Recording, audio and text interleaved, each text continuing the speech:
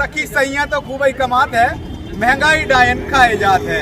अब महंगाई कैसे, रोटी कपड़ा मकान स्वास्थ्य चिकित्सा ये तो बढ़ ही रहे हैं, लेकिन साथ में पेट्रोल डीजल निरंतर चल रहा है। ये क्राइसिस भी कैसे इन ऑटो चालकों का, टैक्सी ड्राइवरों का कैसे दुश्मन बना हुआ। उत्तर प्रदेश की राजधानी भोपाल के बोर्ड ऑफिस चौराहे पर जैसा कि आपको बता दें, ओला उबेर और रैपिडो की जो मनमानी है उसके विरुद्ध जो टैक्सी ड्राइवर हैं, जो ऑटो चालक हैं, उनने आज मोर्चा खोल दिया है। विषय है निरंतर चल रही उनकी मनमानी।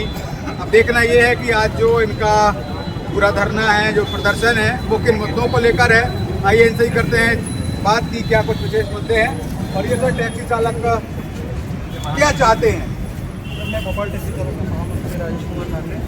सर, बढ़ती हुई महंगाई, पेट्रोल डीजल सीएनजी सब कुछ बढ़ गया है, हर चीज़ में रेट की बढ़ोतरी हो रही है। लेकिन ये एग्रीकल्चर कंपनियां जो है, हम लोगों ड्राइवरों को जो किराए पे हम लोगों ने गाड़ी रखी है, वो हम लोगों की जो रेट है वो अभी पिछले 10 साल से नहीं बढ़े। वो लगातार कंपनियाँ जो है रेट कम करती जा रही है, जिससे हमारा जीवन यापन, भरण पोषण सब कुछ मुश्किल हो गया है। अभी हम या तो गाड़ी की EMI भरें या हमारा घर चलाएं, मतलब दोनों ही, दो में से एक चीज़ कर सकते हैं। अब हम इतना परेशान हो चुके हैं, शासन प्रशासन से बार बार गुहार लगा चुके हैं, RTO महोदय से 2 बार बैठक कर चुके हैं, कंपनियों के भी लोग बैठक कर चुके हैं, लेकिन कोई हमारी सुनने को तैयार नहीं है। इसलिए हमने ये प्रदर्शन किया है कि सांकेतिक प्रदर्शन है अभी, और हम 1 हफ्ते का समय देते हैं शासन प्रशासन को और इन कंपनियों को।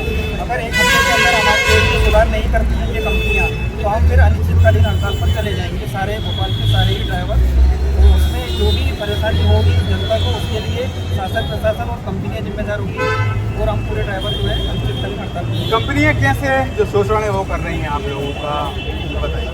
राज्य सरकार द्वारा निर्धारित जो किराया होता है एग्रीकल्चर कंपनियों के लिए आवश्यक होता है, वही ड्राइवरों को दिया जाना चाहिए। तो ये कंपनियां जब स्टार्ट करती हैं भोपाल शहर में या किसी शहर में, तब तो ये उन नियमों का पालन करती है, लेकिन जब इनका मार्केट बन जाता है, जम जाती है, तो ये फिर अपने रेटों में गिरावट करती है। अभी 50 से 60%, 70% तक रेट ये हम लोगों को कम देंगे।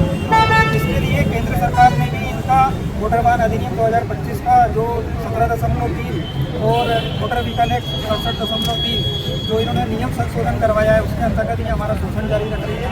इसलिए हमारे संगठन की मांग है कि मोटर वाहन अधिनियम 2025 का 17.3 और मोटर व्हीकल एक्ट 67 की धारा 3, ये दोनों नियमों को तत्काल प्रभाव से निरस्त किया जाए और हम लोगों को उचित किराया दिया जाए। राज्य सरकार द्वारा जो निर्धारित है, एग्रीकल्चर कंपनी से कहा जाए कि वो हमें वही किराया मिले। क्या नाम आपका?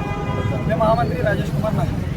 अब विषय है इनका आर्थिक शोषण कैसे रोके। तो इनकी कुछ मांगे हैं जो इन्होंने आवेदन के माध्यम से देने का प्रयास किया है। मांगे हैं, ड्राइवरों का शोषण बंद करो, RTO में एकल विंडो शुरू करो।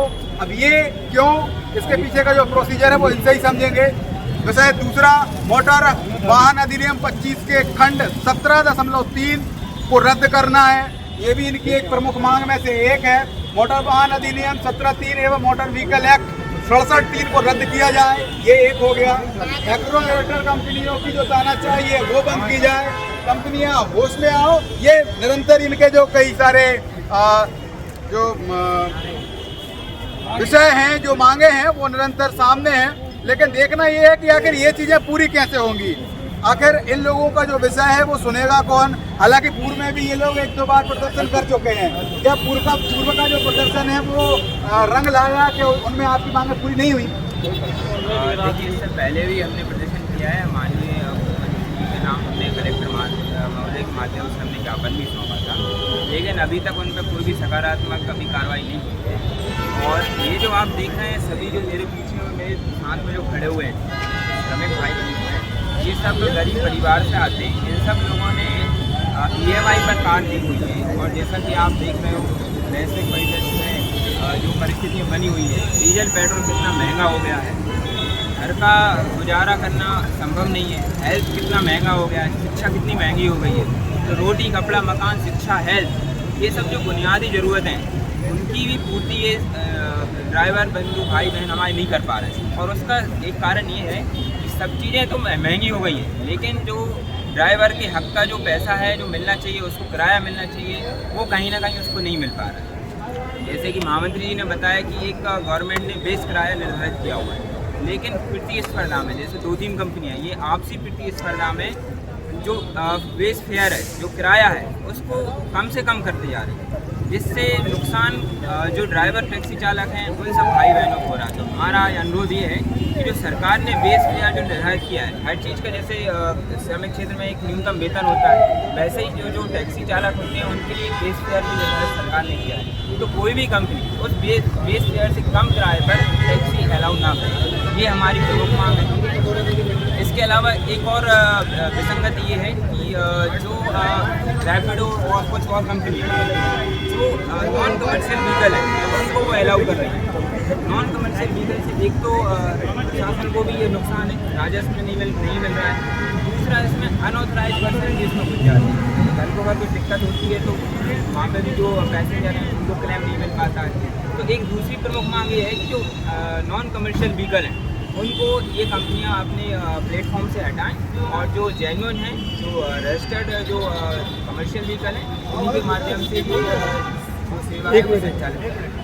तो जो विषय है वो है सखी सैया तो खूब ही कमात है, महंगाई डायन खाए जात है। अब महंगाई कैसे, रोटी कपड़ा मकान स्वास्थ्य चिकित्सा ये तो बढ़ ही रहे हैं, लेकिन साथ में पेट्रोल डीजल निरंतर चल रहा है। ये क्राइसिस भी कैसे इन ऑटो चालकों का, टैक्सी ड्राइवरों का कैसे दुश्मन बना हुआ है।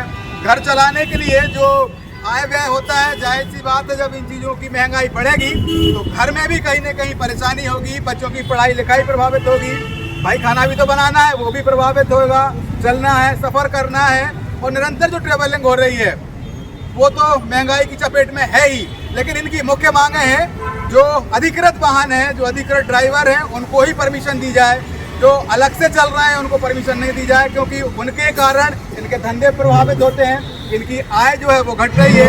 अब जब आय घटेगी तो घर कैसे चलेगा। अब जानते हैं कुछ और लोगों से कि क्या मुद्दा है और क्या और कुछ मांगे हैं, क्या कहते हैं। जो निर्धारित पूरी गलत तरीके से कंपटीशन कर रहे हैं कंपनी वाले आपस में, उनका रेट उनको बराबर मिलना चाहिए। मिनिमम रेट कम से कम होना चाहिए, 1 से कम 5 किलोमीटर तक का। इनका कहना है हम अपना अधिकार मांगते नहीं किसी से भीख मांगते। वीडियो जर्नलिस्ट संकेत कुमार के साथ कैमरामैन सलमान का नहीं, यस भारत न्यूज़ भोपाल।